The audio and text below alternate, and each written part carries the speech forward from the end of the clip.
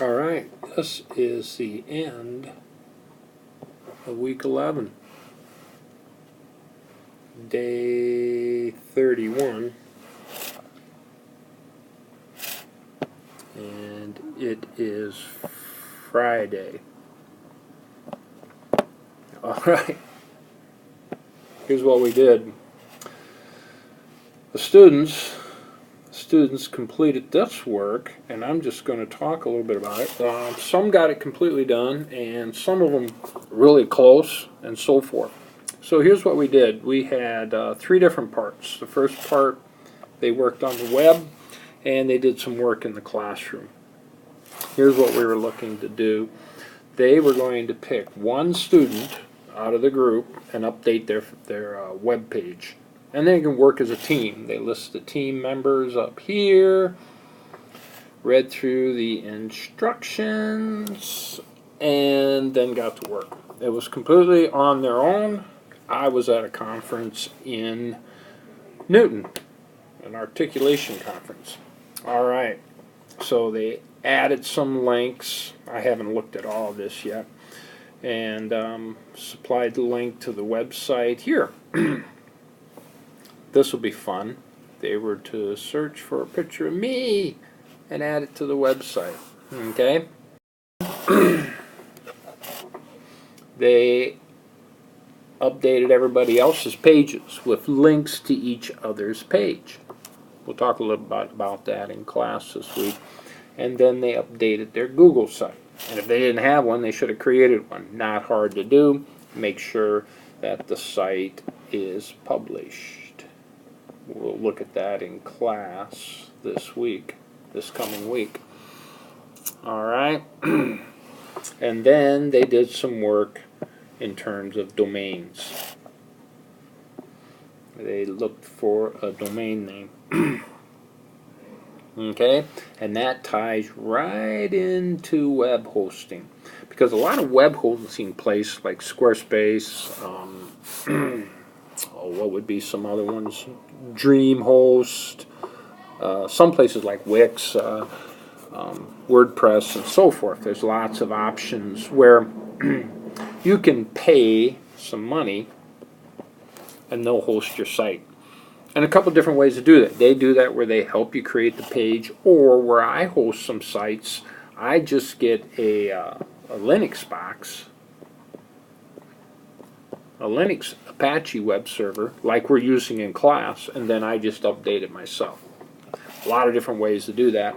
So, the important thing out of this, do you understand how much that would cost you a year to have both the domain name and a website? Okay, update networks, social networks. We're going to take a look at those at the end of the week. Twitter account. Now, I had great hopes of being able to get on my Twitter, but you know what? I was in a collaborative meeting and I was at a table, and during the whole time we were discussing things. So it would have been way rude for me to disrupt what we were doing. Okay, so that's part 1.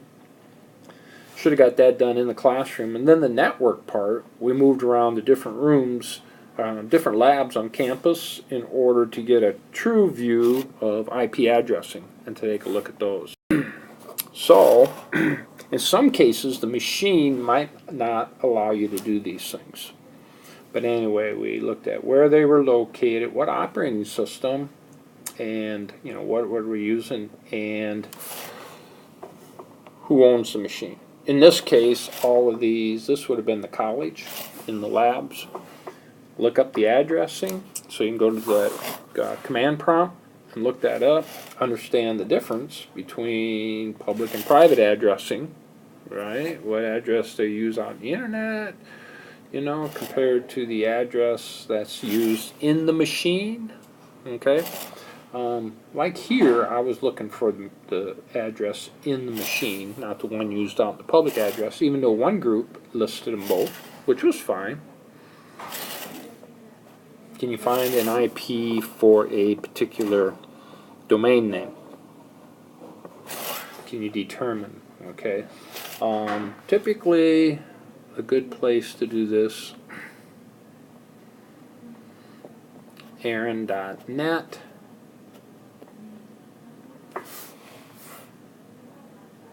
But there are other ways to do that.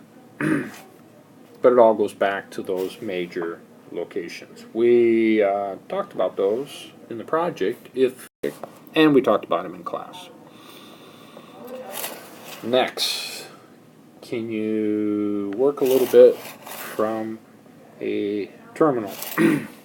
Not that people do that every day, but it's good to be able to log in, and we used Putty in our situation, but there's other terminal programs in which you can be on a computer in one location and communicate with a computer in another location, believe it or not, and then type commands here and have the commands executed here. And that's what we did here with this communicating with this Linux operating system.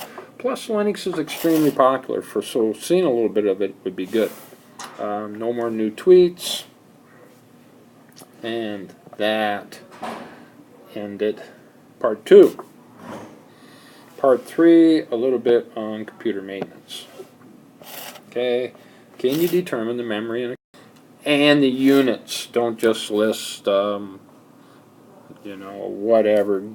gigabit, or gigabytes of, make sure you get bytes or, what it is. Same thing, can you find out how much storage you have? Do you understand, we talk about storage being a hard drive and memory being in the computer, okay? And then we have that processor. Important to understand, you store something here, we bring it into memory to process it, and then it gets processed in the processor back and forth, and then we save it and back out to the hard drive. Okay, so we talked about here information about the processor and OS. That's good to know if you're going to download software, just general information. There were no more tweets, and we submit in Canvas. Alright, I had a great day on Friday, and it looks like, based on the work, the students had a good day here on campus too, working through these problems. That is it.